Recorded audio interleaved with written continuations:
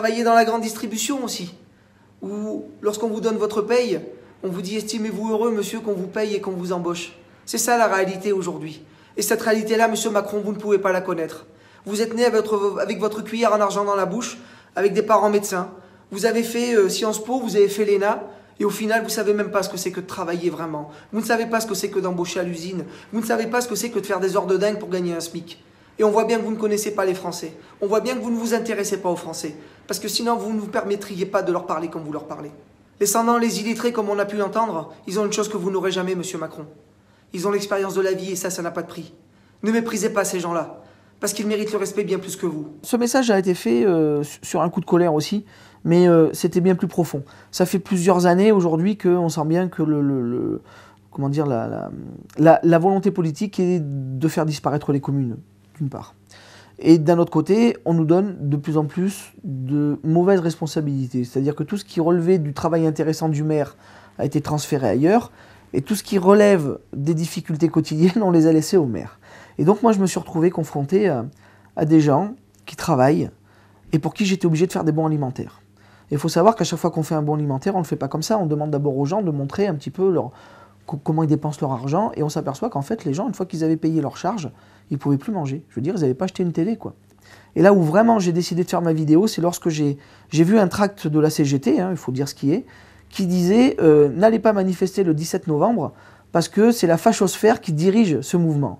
Et moi, les gens que j'avais en face de moi, ce n'étaient pas des fachos, c'était des gens qui travaillaient.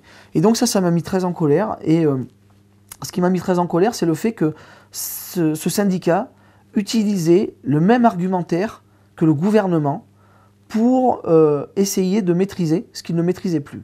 J'ai essayé aussi de faire prendre conscience au gouvernement ce qu'était la réalité sociale aujourd'hui, et que s'il ne l'entendait pas, il risquait de se la prendre en pleine face. J'ai expliqué qu'aujourd'hui, c'est vrai, je gagne pas trop mal ma vie, mais ça n'a pas toujours été le cas. J'ai passé des hivers entiers sans chauffage.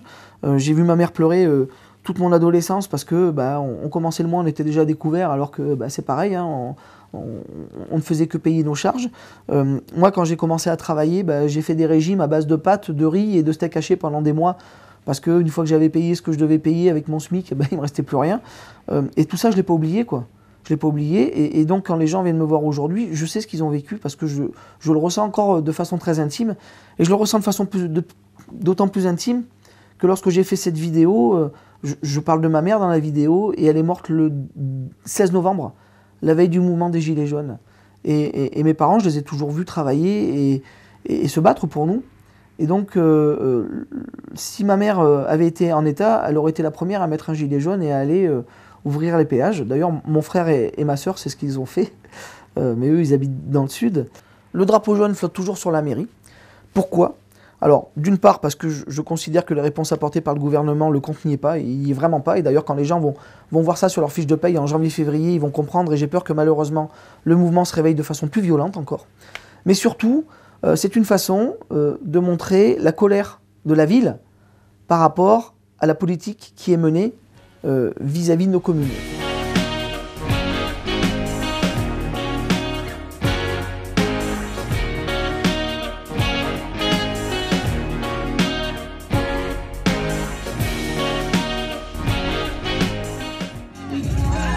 Allez, on peut faire un maximum de bruit pour l'encourager. Allez, Christophe! Allez, monsieur Détriche! Je vous rappelle, il est maire de Ligneville, vice-président départemental. Allez, Christophe! C'est tout droit, allez, courage!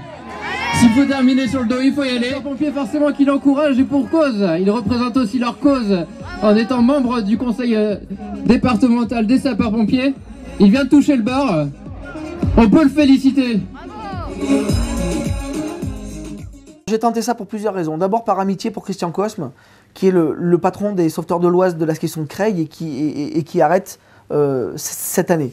Donc c'était par amitié. L'année dernière, il m'avait lancé le défi et lorsque j'ai remis les coupes, un élan du cœur m'a fait dire « Allez, je vais la faire, la traversée ». Deuxièmement, c'était une façon pour moi aussi de montrer ma solidarité, mon attachement aux sauveteurs de l'Oise, aux sapeurs-pompiers, et de leur montrer que même si aujourd'hui, en tant que vice-président du département en charge de la sécurité et vice-président du SDIS, je suis partie intégrante de la vie des sociétés de secours, quelle qu'elle soit sur le département. J'étais pompier volontaire pendant 27 ans, et dans ma tête, je suis toujours pompier volontaire. Je me suis mis le seau d'eau sur la tête, j'ai plongé. J'ai encore perdu mes lunettes, donc du coup, j'ai pas fait de crawl, je suis parti à la brasse.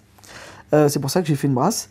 Et si les 2 premiers tiers se sont bien passés, le 3e tiers, ça a été un véritable chemin de croix. Là, ça a été terrible. J'avais l'impression d'avoir des plots en béton au bout des mains et au bout des pieds.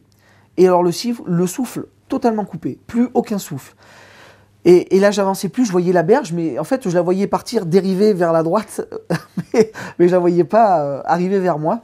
Et la chance que j'ai eue, c'est que les 2 pompiers qui étaient à bord du Zodiac, ce sont 2 amis, 2 gars avec qui j'étais pompier pendant près de 20 ans. Et donc, c'était 2 copains. Et à un moment, je me retourne vers eux en leur disant, bon ben, venez me chercher, quoi. Et il y en a un de 2 qui m'a dit, non, non, tant que t'as pas la tête sous l'eau, tu vas aller au bout.